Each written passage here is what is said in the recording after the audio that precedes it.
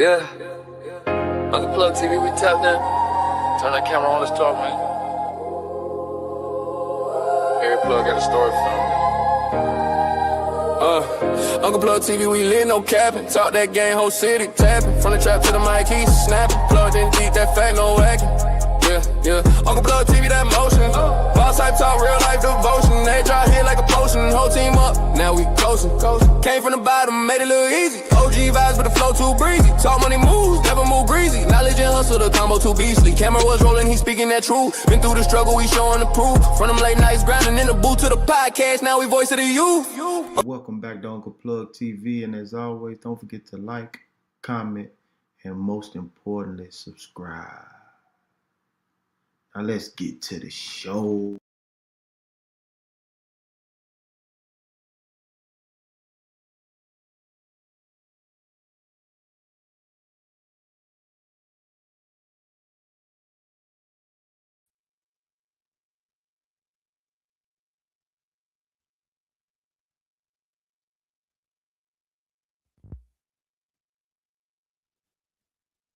You hear me? Can you hear me? We in here. All right, there we go.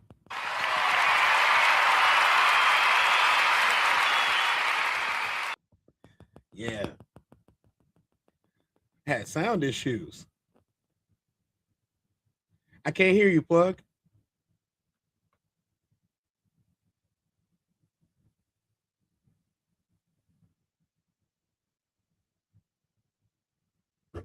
Can you hear me now? I can hear you now. Yes, I can. Yeah. Indeed. All right, we can't start off the show with no technical difficulties. We already got folks in the building already. We got Big Sco in the building.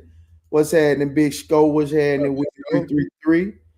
333, the best chat in the land. Yes, hey, we got conversation with Soft Rain.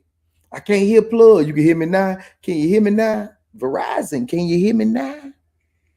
Yeah, we can hear you now. Sco say, yeah, we can hear you now. All right, today's episode, we are tapping in. As you see, the title is called Unbothered, because that's what a man should be, unbothered, when it comes to the traumas and of day-to-day life dealing with these women. We got to be strong out here, brothers. And Tez, how you feeling today, brother? It's a decent day, man. It's a decent day. Yeah, man. I had hit you up, man. I was on my good walk this morning, hit my 2 miles, get my 2 miles in with a little calisthenics, trying to get my mind right for the show today. It's gonna be a real busy day. It's gonna be a lot of recording today. I'm having my chops working today. And it's good to see you, man. I'm glad you could be with me this morning, man. I really appreciate you, man, from the bottom of my heart, man. So, man, as we tap into the show today, man, we deal with traumas, and most of us come from single parent households, and most mothers come from single parent households. So it's a lot of undealt with trauma, not just what the child deals with, but actually what the grandmother and the mothers have to deal with. And that trauma is passed on down the line, down the lineage, moving forward. It's like it's crazy how the youth is so in such a disarray. They seem to be so angry. Everything is so violent. And it's because there's no men around. But at the same time, being that there's no men around, it's also grandmothers and mothers who haven't had men in their lives. So they're dealing with a lot of trauma and no love in the household, no structure in the household, no discipline in the household. So they're out here being just grown children. Yeah, essentially.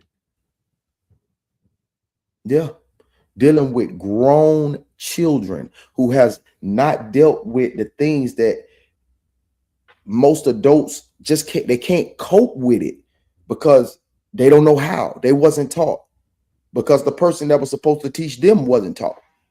So they're dealing with a lot of trauma. And I got this first little video we about to tap into, brother. Gonna tap into this first video. This is a gentleman by the name of a Cycle Breaker 777. Give credit to this gentleman right here, because this was a situation where I ran across this video and I was like, boy, I know a lot of people dealing with this right here. So we finna just tap on into this video real quick, and then we're gonna share our thoughts and comments. And they raise their motherfucking children up off love. And then if she never corrects it, she usually the one who keeps all the bullshit going in the family, because she don't. I don't know who the fuck need to hear this, but a grandmother who grows up off no love will fuck a whole family up. Yeah, it's the grandma who fucks it up. Because then she raises her kids up off love, and then they raise their motherfucking children up off love. And then if she never corrects it, she usually the one who keeps all the bullshit going in the family, because she don't put nobody in their motherfucking place. She has a favorite, or she balances it off who does the most for her. It's always a trick to it. But a grandmother that grows up off no love and no intentions to do better will fuck a whole family up. And then they'll grow up. And then the whole family just be in shambles. Yeah. I don't know who the fuck need to hear this. Do I need to run that back again, bro? So you can process? I heard him. He ain't lying. Well, that's tough. That's super tough, bro. You know how many, grandfathers back in the day was, you know what I mean, having two families, taking care of two families, one here, one there. And we know that this happens. We know that this happens on a regular basis. But I want to get to the root of it, of why it happened. Because there was a grandmother or a mother prior to that grandfather and that grandmother getting together. They was young and dumb and just having sex.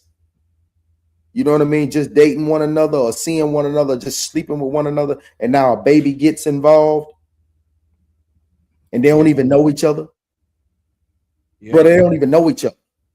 They've been together 30, 60, 90 days at the most. We used to think that these high school relationships used to last so long. You only got 9 months of school. You only got 8 months of school. Including boyfriends in 8 months. You know what I mean? With all the spring break, with the Christmas vacation and Thanksgiving vacation, all the holidays and whatnot, and the new year coming in and everything. Like, there's so many things, you know what I'm saying, that play a role. And we thinking that these relationships last for so long, my brother. Well, half the problem is I think most people aren't moving past the age of development. They're not. They're stuck in high school. You ain't lying. You ain't lying. And then they mess around and have a baby. Now a baby's involved. A whole nother human's involved. And you got good people, bad people giving bad advice. And here's the thing, though. Bad advice is like candy to the fiend. Ooh. Bad advice is like candy to the fiend. You know, they're going to take that bad advice and run with it as a supplement. What if these two individuals didn't even want to be parents anyway? They didn't. But you got the mother and the father, the mother and the grandmother telling her, oh, you laid down to have it, you gonna have this baby. How you gonna tell the inexperience to do something that the experience have problems doing? Well, you have to understand a couple of things here. A lot of, especially in the culture, a lot of advice is bad advice. A lot of advice is advice to ruin people. Well, I had to do it, so you're going to have to do it too. Yeah. It's really bad advice. It's like, okay, well, we're going to give them bad advice, ruin their life, and then we're going to watch how they clean it up or not clean it up, but they're going to get handicapped too. Yeah. Bro, that's cold-blooded. Do you know how cold-blooded that is? I mean, Now, look what happened when we was growing up. When you was growing up, you probably got tons of bad advice. Yeah, shorty, do this with shorty.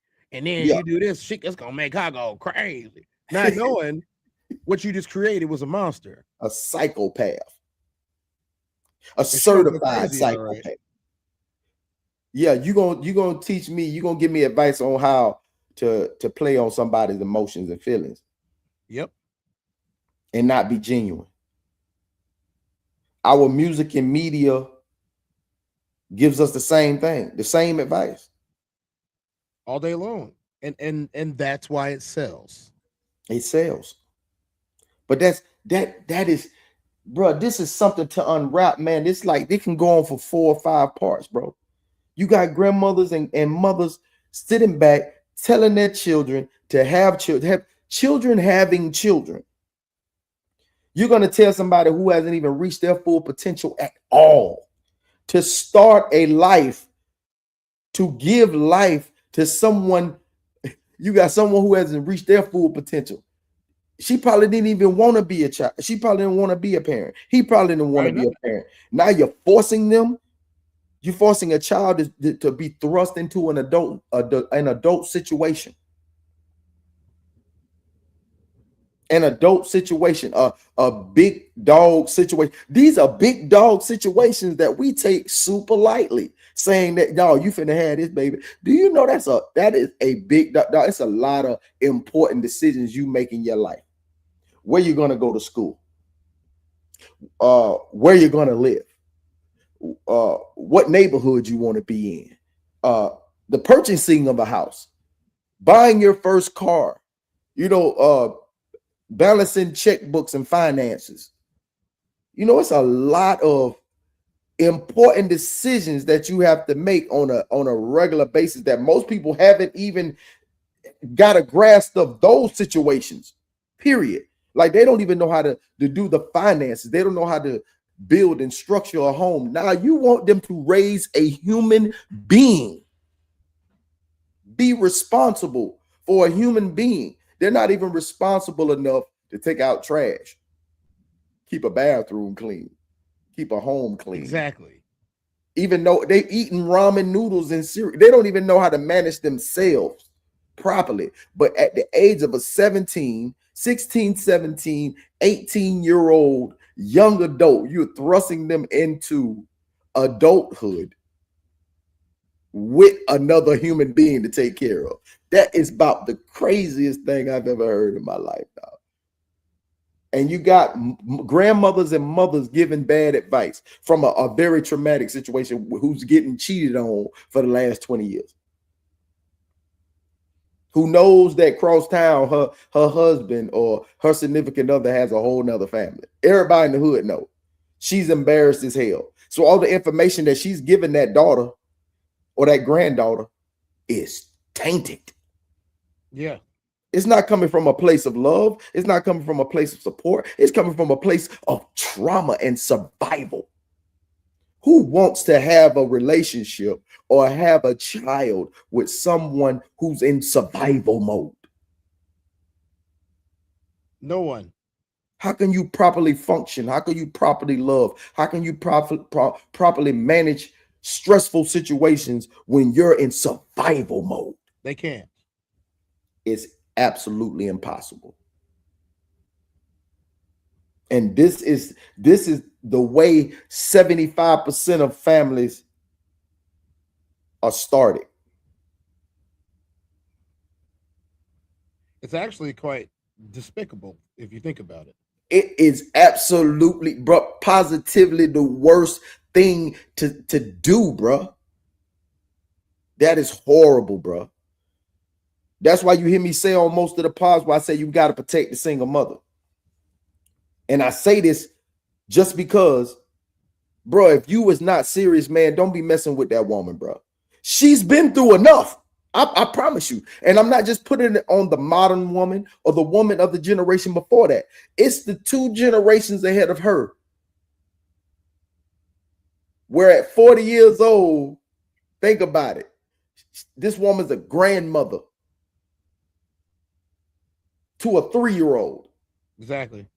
And she still want to go to the club. She still ain't even lived yet. So they talking about, man, she's 40, 45. Man, she's still in the club. Bruh, she didn't even live. Bruh, she's been a mother since she was 16, 17 years old. She's been raising a child. She's been thrust in adulthood. Think about it. You talking about bodies? When we talk about bodies, that's why I say, bro, I don't even be concerned about bodies. I can't be, because she hasn't even mentally and emotionally matured yet at all. She hasn't mentally matured at all. She's been a mother since then. She ain't lived no life. No, it probably was hard as hell to make ends meet. It's probably even harder to keep a man. It's gonna be. Like, we just have to be honest here. It's gonna be hard for a single mom to keep a man, especially if that man has any type of like status. He's gonna be like, look, I'll be the first one to say that it's difficult, because there's a whole bunch of requirements that they don't want to fulfill. Yeah. And it's not even about they can't fulfill them. They most certainly can. They don't want to. Yeah. They've been so traumatized over the years. They don't want to serve a man. They want a man to serve them. Yeah. Yeah. And that's hard work, bro. That's hard work, because they're still in that child phase of should be getting taken care of by their parents still. Yeah. They're still in that mindset that they still should be getting taken care of by their parents still. And this whole time being a child, you had to take care of a child. Like, we go around it and we talk about how the person is acting present day. We don't go back. We don't go back and say, like, man, this is crazy, man. Like Shawty, you've been real talk. Like, even my own mother's been a mother since 16 years old. Imagine this. I get here when she's 20. Imagine a woman who's been a mother since 16 and now is a parent of 2 kids at the age of 20 years old. Now you're a mother of 3 at 23 years old. Now, in between that first and that third child, you lose your parents. They pass away. You didn't even get an opportunity to receive the information from a grandparent or a parent who has grown into their 60s and 70s and have wisdom now. You lost your parents at the time where they're still learning how to do this thing. But you force a child that's 16 years old, 17-year-old to have this baby. And you ain't even figured out life yet. You ain't figured out life yet at all. You don't know what you doing. You 30 years old, you still don't know what you doing. Bro, that's crazy, bro. Hold on, we gonna tap into this video real quick. I want to get your thoughts on this here real quick, brother. We're gonna tap into this video real quick. This is one of the young ladies who I love to watch. I really enjoy her. She in my opinion, she gives a lot of information. She gives a lot of information, and she really truly is tapped in. In my opinion, I feel like she's tapped in. This is Love Dorsey. The title, this is called Mother's Wounds. And you may hear this, but she's very tough on the men, but she's even tougher on the women. Like, real talk. So let's the traumas of the mom, right? Because the Zoom is on mother wounds, and we talk about mama trauma. But before we get into our mama trauma, if you go back to the traumatic experiences of your mother, you have to understand the timeline of our history, right? And so it's great that you went back through your family history. But point number one, a lot of women, right, have sexual trauma or misguided beliefs about sex. And they end up in a space where, because of that, right, their choices, their trauma, their experiences around sex and sexuality end up being bad, right? And so from that, the feelings of guilt and shame are some of the hardest emotions to process, right? It's not that you don't feel them, but they are so difficult to process that for a lot of us as women, being, emotional by nature for all of us, but for a lot of us, when you don't have the right support system or you were violated in these areas, you end up in a space where you just run from guilt and shame. And so anything that makes you feel shameful or guilty, you put up a guard or a defense mechanism, you fight, you battle to the death, even if it means that you curse your children to not feel those feelings, to not sit with those feelings, because again, it's the processing of them that's a problem. It's not even the initial, feelings of that. So a lot of things that fast forward to us, we can't even have conversations with our moms and our grandmothers and aunts about, comes from the fact that they don't know how to process the guilt and shame that comes along with their sexual experiences, their relationship experiences, their sexuality experiences. And again, for our people, it goes all the way back to the dynamic of slavery and fast forward into us not understanding family, right? The things that were done to our culture and community through systemic racism, certain things that we're still battling with now that we don't talk about, because you cannot heal from what you can't confront and what you do not discuss and talk about so that you can process it. And so for a lot of us, when we are even talking about this part of the conversation, it's triggering because, like she said, I can look back and I can tell my mother was not sexually disciplined. But she talks a lot about discipline. Hypocrite, my mother was not sexually disciplined, right? But she talks a lot about discipline. Cleaning up her house, going to school, getting good grades, me not chasing around little boys, or if I'm a boy, taking the garbage out, not worrying about these little girls, get off the game. She preaches and teaches in her ways of nurturing and caring for me and rearing me about discipline. But when I look at the family structure that we come from, shit doesn't come from discipline in the areas that it counts. Sexual discipline, financial discipline, discipline with your choices in men. So I've seen domestic violence. I've seen, like she said, a lot of kids out of wedlock. And I'm not talking about wedlock where there's healthy co-parenting situations. I'm talking about wedlock. Bro, that's a lot to unpack, my boy. I had to stop that, bro. Do you see that? Did you hear what she said, brother? Did you hear what she said, bro? That's a lot to unpack, my brother. What's up, souls? Welcome in, baby.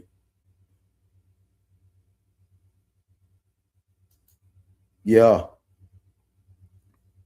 Bro, sexual discipline, financial discipline, unhealed trauma, brother.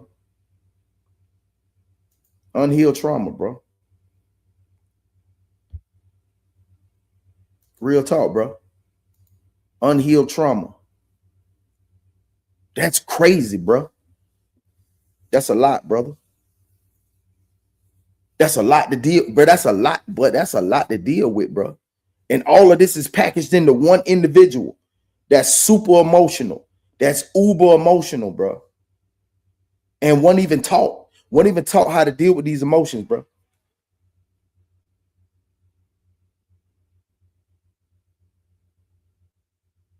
Bro, this is absolutely nuts, bro. This is our culture, bro. This is our race.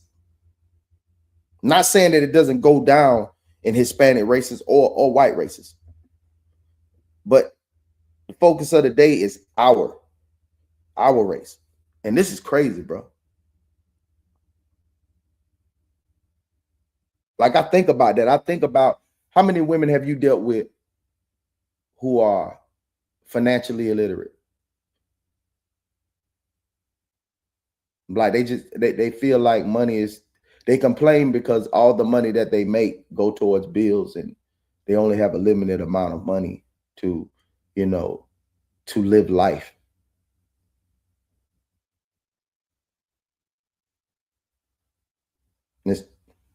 I can't hear you, Taz. Oh shoot! I didn't realize it had muted me. Okay. A lot of them come from a place where they didn't have to worry about finances. Other people took care of their finances for them, especially if they had good parents. See that conversation with Soft Rain say, coming from a single parent home, I had to learn all of that on my own, and I understand that. You feel me? Yeah. Like, real talk. Souls of Thought said, tell Ted to put that damn phone down. but Rain, I understand you wholeheartedly, boo. I understand you wholeheartedly, man. A lot of people had to learn this on their own, and you probably learned it later on in life. What age did you learn? What age did you learn these things? what age did you learn to efficiently, you know what I'm saying, efficiently like get your finances in a certain, like to get your hands on, to get a handle on it? How old were you? I mean, I had to learn. I started working when I was 12. Yeah. You know, I started working when I was 12, and I had to manage my own money. I'm the oldest of 7. You know what I mean? Like I didn't really have a time to not be literate when it came to money. Like most people grab financial literacy. You know what I mean? Most people grab financial literacy later on, probably in their late 20s, early 30s. Now, mind you, your parent had you, let's say 22. You're 10. She's 32. Now she's finally getting a handle on her finances. Okay, now let's reverse that. You say she's 32, finally getting a handle on it? That's too late. I It's too late. You got to think that most people like tend to grab better jobs for themselves, higher paying jobs for themselves, and probably getting a handle on it late 20s, early 30s, bro. Who wasn't taught? You had to work. You don't really have that opportunity to sit down and talk to somebody because your parent didn't know. Yeah, it's too late, man. It's too late. Soul said Rain lived black adjacent her whole life, so her family was impacted by black families. Oh, you stupid. You stupid. Soft Rain said financial literacy 35 plus. Honestly, still learning now. Like, that's real talk. Yeah, I mean, there's nothing wrong with learning now, but again, that's too late. Yeah. Yeah. You have to think about all the things that you accomplished before the age of 35. Yeah. All the things, like things to set your future up forever. Now, I'm not saying that someone shouldn't get their props for learning things or get their props for finally getting it right. What I'm saying is this should not be the norm. No, it shouldn't. The norm shouldn't be just now figuring it out at 35.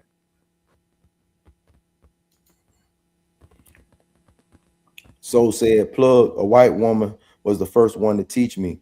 Yeah, a white man was the first one to teach me, brother. And at 25, I didn't buy great value till 25. Everything was about a label. I feel you, bro. I feel you, bro. I feel you, bro. And Soft Rain said it's never too late, Tez. No, it is with me. It is with me. Like Yeah. I don't know. I truly believe that we don't live in this physical body forever. Right. And things change. I Right. want the best at the best time. Right. And It's about timing for me. You know, but that's what you're gonna give to your children. You know what I'm saying? That knowledge that you have right now, you give to your children. And having a child in a later age, when you're getting you've gotten the grasp of what financial literacy is. Yeah, I didn't have a child until I was 30. Right. So you seasoned. You a seasoned vet. We talking about these mothers who are having babies at 16, 17, 18, 19 years old when they're still children themselves. And these are some of the households without the dad, with this mother who's just in survival mode. And me as a man listening, like a lot of things was told to me when I was young. Don't bring no baby in here. This, that, and the third. Blah, blah, blah, blah. Don't do this. Don't do that. But then I think about it. Me, myself, I had put myself in a mental place to where I was unbothered. No, I don't have children now. You know what I'm saying? Like, don't have children now. They say, and no, it shouldn't be the norm. It shouldn't. You saw Rain said, no, it shouldn't be the norm. Soul said, especially single mothers. Yeah. Man, Souls is on fire right now. Yeah, Souls is on it. Yeah. Souls. He said, I understand, Ted. What he said? He said, I understand, Ted. He said, once you're in your 30s, your literacy has a ceiling due to your responsibility. That's Yeah. real talk. That's real talk. Yeah, That's you real got to talk. think. You got to think. So we talking about single parents. I'm not just gonna put it on the moms right now. Yeah, Let's talk single about parents. Single parents. Yeah, So let's just say that you started out at 18 with a child. right, You're not going to college. right. You're not one of those privileged people that gets to go to like a university. We're not talking about going to JUCO or becoming a nurse. Okay, let's push that out the window. We're not Mhm. talking about a JUCO and going to nurse or community college and becoming, a secretary or something. We're Yeah. talking about a university with a high powered career on the other side of this university, right? Uh-huh. We're talking about you're coming out and you're making 85 plus in the gate. Right. That's what we're talking about, especially living in a big city. You know what I mean? Especially living in a big city. So, let's say 18, you had a baby. You had a baby right at the end of high school. You still might be able to go to college. You still might be able to do a bunch of stuff, but you need to have the right family structure. But the family structure that we're talking about is you 18, you grown, get out of my house, don't bring no babies in here. Right? That's what we're talking about.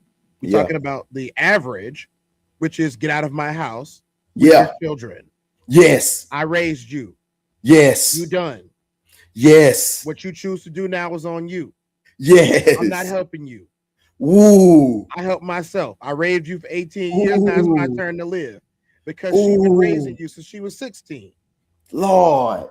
Okay, this is what we're talking about. So even though she's only 36, 35, and she's still kicking you out when she's 35 because you 18 now and you could go live your life as an adult. You don't have any help. You already done had a baby. You're pregnant, whatever. She pregnant, your girlfriend, whatever. You got to get out the house. You got to get a job. Whew. So now that you got to get a job, you got to spend 8 to 15 hours working every single day to make ends meet, especially with the rise of inflation and everything going on. If you're living in the city or even outside the city, you're not finding rent for under $1,500 a month. We're talking about, and if you're paying $1,500 a month, you probably live in a dump. You know what I'm saying? That's just the truth. Yeah. You don't have any savings because you were just a child. Just a child. You don't have a college fund because y'all wasn't rich. Y'all didn't have extra money. She made your parents or single parents made ends meet, right? Right. So once again, we're talking about the responsibilities here. So by the time that you get to 35, 36, your kid is an adult now. You think it's time for you to live your life. You don't have financial literacy. You want to go out and party because you're still young enough that somebody gonna look your way. Right. But you're old enough to know that you're not 22. Right. And then your imagination ain't even kicked in with your reality. No, you're still 18 years old. Yeah. When you had that baby. Your imagination, the things you want and your reality of what you can afford hasn't even balanced yet. It's not even balanced. It has to be here. Like it has to be here. Soul said, do you feel black families feel giving you responsibility and getting you out the house early is because of trying to kill the modern slave mindset? No. I feel like black families giving you responsibility and getting you out the house early so they ain't got to take care of you.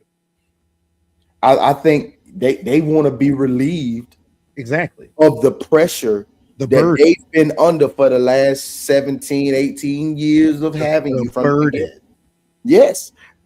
When I asked that question, we said it on a couple of pods ago, how many people truly wanted to be parents? Do you think that I started working at 12 because my parents wanted me to have responsibility, or you think I started working at 12 so I could feed myself? And as sad as it is, I'm going to choose the latter, so you could feed yourself, bro. Once again, I'm the oldest of 7. I'm the oldest of 7. My parents were married. You know what I'm saying? I'm the oldest of 7. So said the black slogan, be better than me. He said, my pop still tell us to come. Boy, say tell us to come back home. LOL. That's wild. Like it's now, mind you, we had good schools. We were put in the good school system. Right. You know, we had the ability, like even though we lived in the city of Chicago, not too many people know this. Right. But even though we lived in the city of Chicago, we went to school in the suburbs. Right. You know, our parents would, until we lived in the suburbs, our parents would drive us to school every single day from the city. I'm Right. talking about in the city. Yeah, I A think lot that of was people don't social know that. connection You too. know, like my mom and Classic Mom is from the same neighborhood. And a Yeah. lot of people don't know that. You know what I'm saying? Like a lot of people don't know that. A lot of people don't know where that neighborhood even is because we don't talk about it all the time. I'm not gonna talk about it now.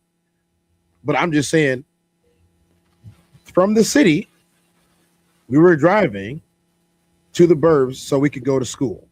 Right. And before we even lived out there, before we could afford to live out there, from the city, we were driving to the burbs. Every morning we wake up at 4 o'clock in the morning. She'd get all of us dressed, and then we'd drive down to the burbs. We'd go to school. Yeah. So we were put in a place to have a better education because the Chicago public school system has been and still is trash. Trash. The Conversation funds with are not Soft being Rain says, I feel it's the responsibility of the parents to make sure the child has financial responsibility and a job security before pushing them out the door. That's agreed. That's agreed. Soul said, your kids have to want it, have to want to. I begged my daughter to stay with us until she was 25 or 30. For real. And that's commendable. That's commendable, brother. Say set them up to be great before pushing them out the door. Now that goes back to the want to. Let's yeah, go back to the that want goes to. right back to the want to. You know, because I know it's a lot of people right now, 30 to 35 years old, say if you ask them right now, hey, if your parents say you could come back for 6 months or to a year so you could stack up some paper, would you? They'd be like, yeah, boy, I'm gone. I'm gone. Man, I say, what? I'll take that 6 months and I'll take a bill. I'm gonna take a bill. Because they know the responsibilities of being body slammed in the game. Exactly.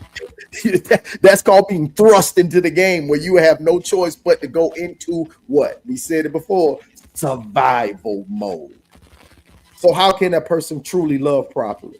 How can a person really truly assess situations properly? Deal with stress assessment when you're constantly in survival mode.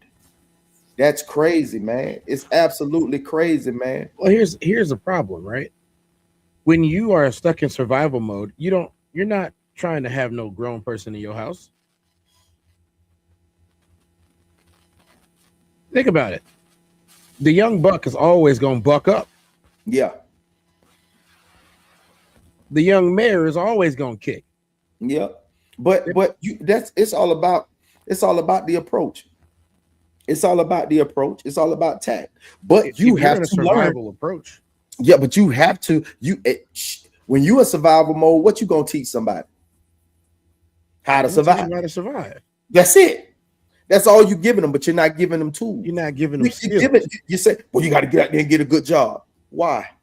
You got to get out there, boy. You got to make sure when you do get a good job. When you get a good job, Here's the problem in our save your money, right? And this is the I call it the urban community, not just black people, black adjacents, pretty much anybody that's hovering above or under the poverty line.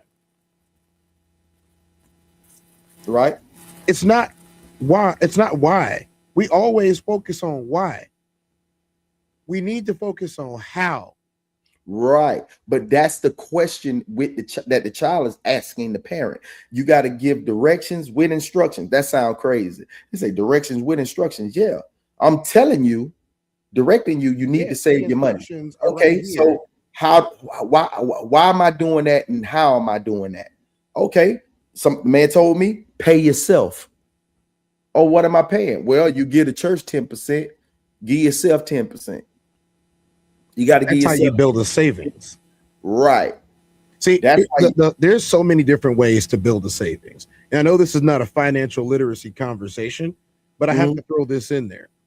There is so much wasted money that goes through everyone's fingertips. Right. And it also, you can't be ashamed. Like, for example, I have an obsession with picking up change. Obsession. I think I said this on the first time that I ever joined a show with y'all. I have an obsession with picking up change. If I see a quarter on the street, I'm picking it up. If I see a nickel on the street, I'm picking it up.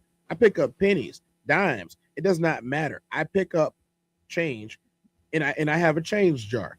The Yeah, last time that I cashed out my change jar, it was $340. bro. I've been picking up change since I was a youngin, bro. Like that's how I first started selling candy at school.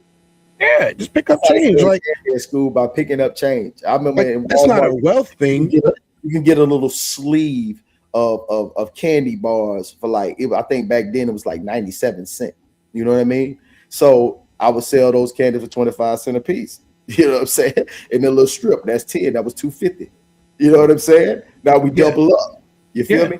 To this day, that's how I got my Acorn. When Acorn first came out, that's how I started doing it as an adult back in yeah. 2016. Acorn is the same way, man. Acorn drops your change, your digital change, into your. So basically, if you guys don't know about Acorn, right? The most basic way to use Acorn is anytime you make a purchase. Let's say you make a purchase and it was $5.99. Acorn then taps your account and takes that penny from that 99 and puts it in the Acorns. It's the Right, same thing as if you have, let's say, $342.80. It's going to take that 80 cents and then drop that 80 cents into your Acorns account. The right, thing is, you can't watch these accounts. You have to let those accounts, same way as I watch my change. I don't watch my change jar. You have right, to let it build up. So, for right, example, at the end of the month, let's say I paid all my bills and I'm broke. And it does happen from time to time. No matter how much money you have, your primary account might end up on the low side, right, especially in this economy. right, So let's say that Christmas coming around, you done paid all your bills, you done bought a bunch of gifts, so you're expending more than what you normally do from your expense accounts. hmm You say, oh shoot, I forgot I had this change jar over here. yeah, Go cash it out for 340. You just yeah, got the rest of the money you needed for the rest of the month. right. Now me, I had started mine. I had started mine like 2016. I was doing it and I had forgot about it. And I ain't even pay attention to it till like 2018. And I went in the account and I looked and I say, oh snap, I got this money here. I ain't even know. I have completely forgot all about it. But as soon as I seen it and saw how much was in there, I started dropping more money in it.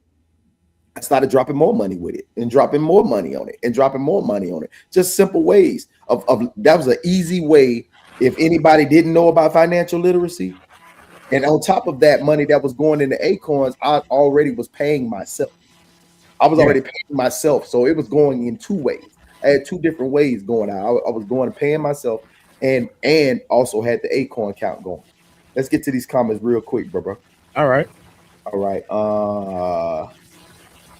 Okay, this is where we at.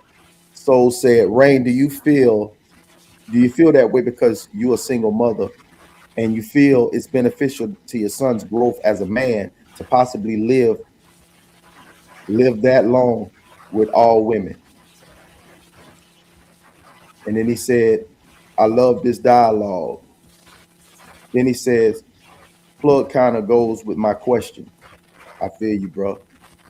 Says, say yes, I feel that way, even if it's a two parent home. I feel as though it's hindering his growth as a man because he doesn't have the male to learn from and look up to. I can't teach him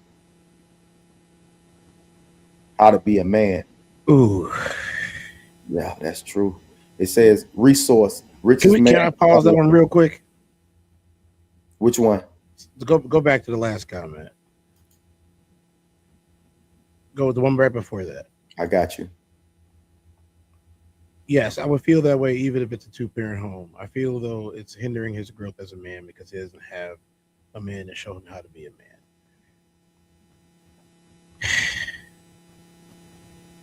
I don't know anything about this situation, but I'm gonna hazard a couple of guesses here and throw out some scenarios that probably help. Get him in sports. Let him be around coaches. Let him be around other men. Put him in the Boy Scouts if you have to. Boy Scouts will also help him build a future. If you're a Boy Scout, you get a direct entry into the Air Force officer program.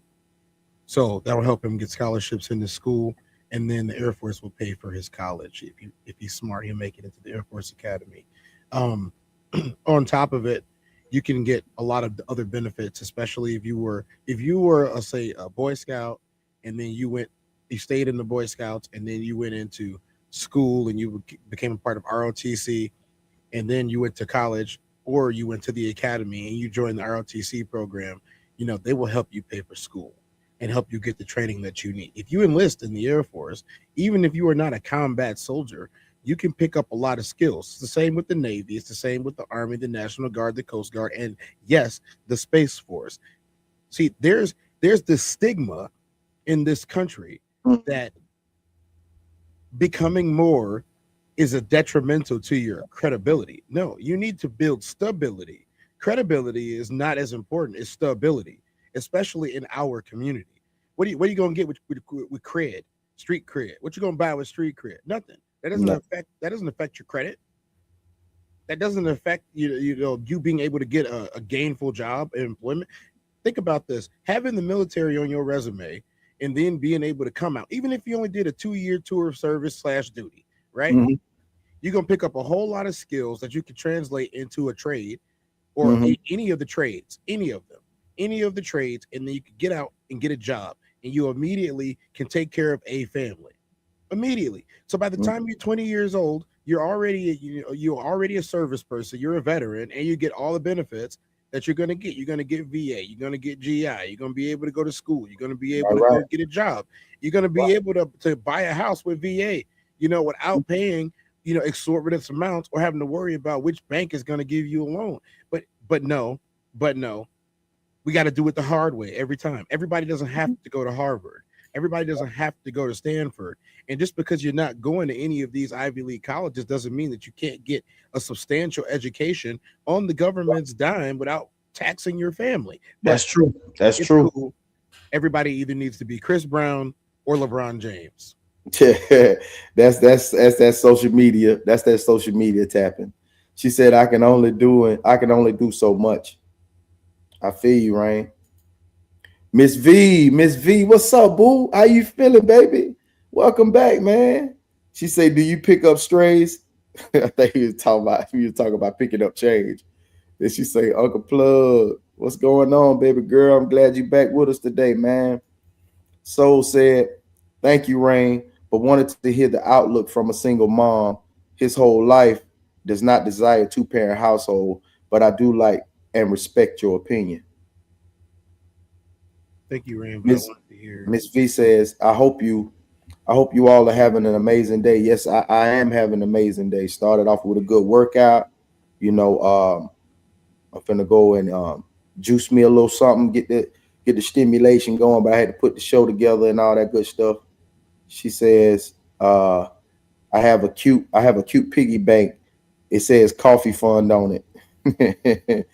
And Soft Rain said, Souls, I think I misunderstood your question. I did. But I really want to tap just a little more in if we have time. Do you have time, brother? I got time. Let's go. You have time? I want to tap back into a little bit more to what she was speaking on. I think it's another minute and 30 seconds of maybe. Y'all sit around and we can tell that there is trauma around the idea of baby daddies and fathers not being in the home, but we can't talk about the stuff. We can't discuss it because mama can't process guilt and shame. Who can relate?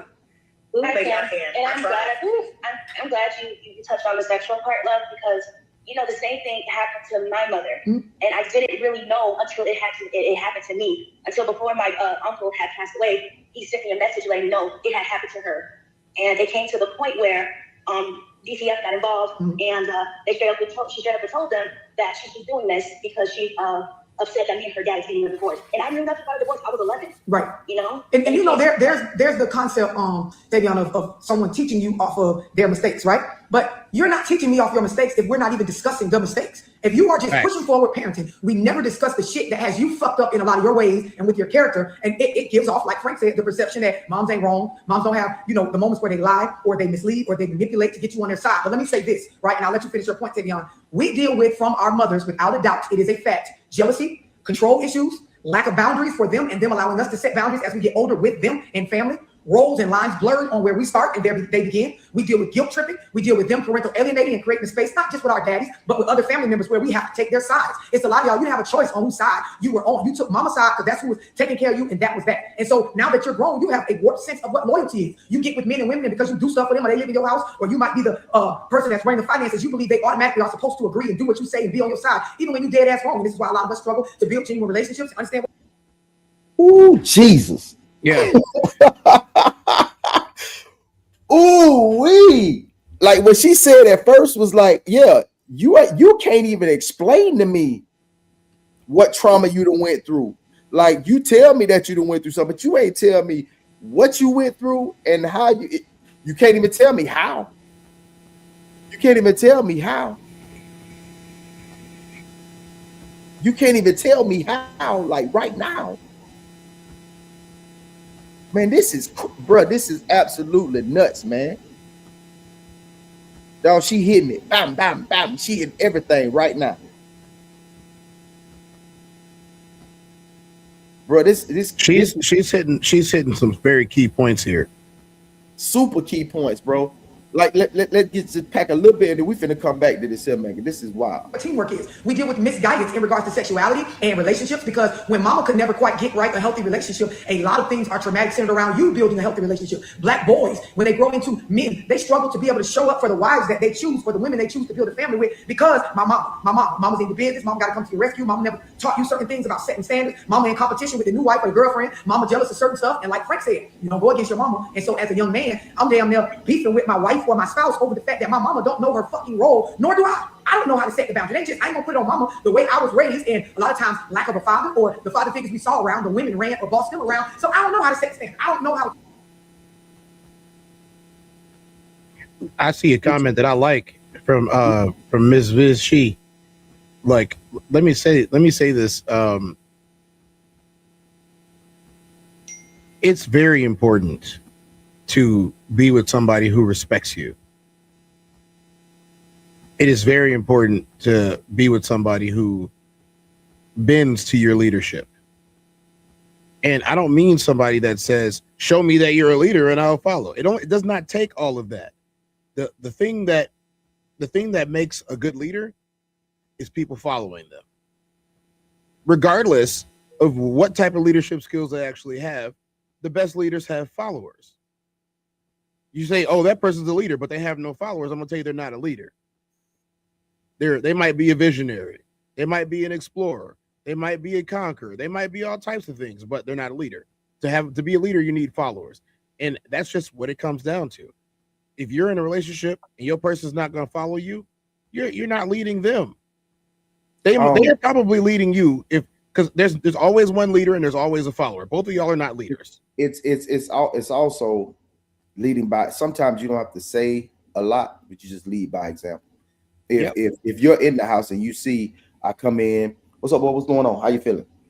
Hey, baby, kiss your mouth. Boom, boom, boom. Go in there. You already smell it. Boom. Hit the trash. Take it out. Boom. Dump it. Come back. Hit that trash bag. Boom, boom, boom, boom, boom. Come back in there. Baby, get up. She go in there. Grab it. Boom, boom, boom. Grab your plate. Boom, boom. It can be shown. It can be shown without even saying anything. That is leadership. That is leadership. So if he didn't know, you ain't always gonna say, boy, get in here and take this trash out. Didn't I tell you to take this trash out? How about you just go in, you take the trash out. You do the things. And then if he doesn't, then you say, don't you see what I do? You know what I mean? Don't you see what I'm doing? Yep. Don't you see what I'm doing? Don't you see what your mother's doing? We're giving you an example. So when you hit these walls, like a lot of people tell me also when it comes to, oh, I don't argue in front of my kids. It'd be like, okay, so if you didn't argue in front of the child, right? And then in a couple of hours, they see you back loving on each other. Now he's seen the argument and conflict resolution. You know what I mean? You actually see the conflict, then you see conflict resolution. Yeah, we argued and fight, but man, that was just a moment right there, man. He said, man, Pop, y'all all right? Oh yeah, we all right, bro. We just had a little disagreement, but hey, we talked about it, you know, and now we back on the same page. We good. Don't worry about that. You know what I mean? Yep. But when you have somebody who's been dealing with somebody and hasn't dealt with any trauma, whatsoever, Tez, and they just living in it, they ain't doing them but passing that trauma on, bro. That's all they doing. They ain't doing them but passing that trauma on. All that distrust, all that, all of the, the dysfunction, the lack of financial literacy, the jealousy, the envy, like that. You just dealing with somebody who's passing that trauma on, man. They just passing it down the line to their kids, and their kids suffer behind it. They suffer behind it, bro, and it's terrible. It's terrible, bro. It's terrible, man. The foundation of all ours, what? Wait, hold on. Soul said, "Nah, children should never see your conflict. That's trauma." Then Souls, I'm gonna have to disagree with you on that one, because now when that young man or that young lady leaves the house and they have an altercation, they're coming back to you because they say they've never seen this before. This might be their first conflict with someone else, may be traumatizing as well, because I never seen my parents do this. I believe in showing your children conflict resolution. Like, if y'all need to have a knockdown drag out, I also believe it should never have a kid in any home. place. In any home, there should never be a knockdown drag out. But if we're having a disagreement and they can see that there's a disagreement, and then they can see the result of the disagreement, they know that there's a light at the end of the tunnel. They know there's a light at resolution. Like this ain't just the end all be all. They need to see conflict resolution. The conflict resolution, yes, most definitely. Hold on. Yeah, they need to see conflict resolution. Definitely, they need to see conflict resolution. Yeah, you might have seen the start of it. Then they went and it was privately handled. Now you said, "Dang, man, hey, you heard mama yelling enough?" Or, "Dang, man, you heard daddy yelling enough?" All right, boom. Now, and a big part is your kids need to see you loving each other. Mm-hmm. Of course, a lot of families they've never had where they saw dad loving mom. Loving on mom. They never nibbling on her neck and tickling her and this and that. Yeah. With my daughter, I make sure, and I will champion this forever. My daughter needs to see how a man treats a woman, so that she has an example of how a man treats a woman in her mind for when she becomes an adult, and so on and so forth. No one's going to treat my daughter badly. She's going to say, "Well, my dad didn't treat anybody like this, and he definitely didn't treat me like this, so I'm not going to let this dusty bastard treat me like this." True. I'm not going to chase this dude. I don't care what he looks like. I don't care how much money is in his pocket. I'm not going to chase him down, because this is not how you treat people. See, here's the thing. When people are dating, I know we're really short on time, but when people are dating or seeing people or have their list of demands, I like to call them, the one thing that I never ever see on this list of demands is how they treat other people. Yeah. Why is how somebody treats people not on your list of demands? Yeah. And also is that question being asked?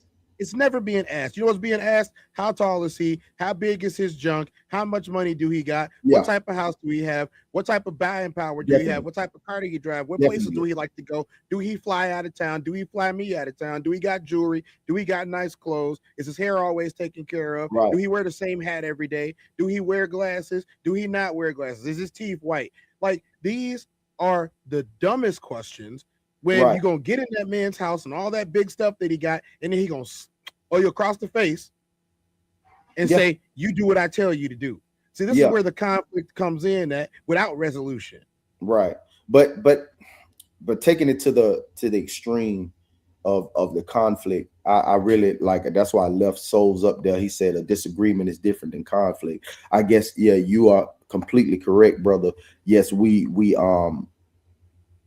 said conflict resolution, so we said it was a conflict, a disagreement. It's definitely different than a conflict. I agree with you wholeheartedly with that, and but that needs to be seen. That needs to be seen as well, to see that there was a disagreement, and yes, we did, resolve the issue. You know what I mean? Like, man, we can go on, man. We gonna probably come back to this, bro, because I already know you got a lot on your chest to get off, and I love to revisit this. If it's a possibility, we might just segue this into this evening on No Middleman. Sco, to answer your question, yes, we will be doing No Middleman tonight because my boys at work right now selling Jesus chicken. And so we'll probably segue this in if we can, maybe an icebreaker, and I'll probably come back and definitely have Tez back and actually have this discussion again and unpack these things that we need to. What time is No Middleman going live tonight? Possibly 8:30 tonight. We'll get with Soul. With Soul's in here, he'll probably let us know. Man, there's so many comments, man. I want to get to all y'all comments, but we short on time. But man, man, I thank y'all for tuning in, man. I really want to take a screenshot if y'all in the chat. Take a screenshot of the chat, and then I'm gonna say a lot of these will probably come right back up on No Middleman tonight. Right, man. Yeah, because I definitely think that Souls is putting some good stuff out there. Soft Rain is putting stuff out there. Sco is putting stuff out there. Miss V put some stuff out there. I mean, this is great. I wanted to say this because the other night we was on and Souls was talking about how he listens to the words that are being used. So yes, I thought in my and I truly was thinking about how things are being said, how things are being said. That's a huge point. Right. Because we talked about that on the phone last night. For example, if you say something to somebody and they say, "So what you saying is," they're remixing what you're talking about. And I ain't need no remix. You ain't him, and you ain't Jermaine Dupri. You know what I'm saying? They diddying everything that you just put out there. It's like, and that's when you stop them and be like, look, no disrespect, but I said what I said, and I meant it. Mm-hmm. So, I mean, if y'all want to stay with us, we probably read a couple more of these, but if y'all want to stay with us, I have a special guest on the Tez Down this afternoon in the next 5 to 10 minutes. I have a special guest today. It's going to be Uncle Plug. Y'all can come on. We are doing, so this kind of ties in a little bit. We are doing True Crime Monday for the first time in a couple of weeks. The Casey Anthony story. That was right in my backyard, bro. That was right in my backyard. We are doing the plight of the single mother. So y'all tap in with the Tez Down. We're going to be on there in the next few minutes. It is Casey Anthony story, the plight of the single mother. The plight of the single mother. That's what we're doing today. So, and we're gonna find out if any of these parents wanted to be parents in the first place. So I appreciate y'all tapping in, man. I really appreciate y'all, man. Thank y'all so much, man. We will see you later on this evening when we're finna see you in a few minutes, and then I'll see you later on this evening. You know what I'm saying? So I appreciate you, man. Yes, thank you, Souls, man. Appreciate you, brother. Most definitely, man. So we'll see y'all in a few, man. Hey, and as always feel blessed to be plugged in.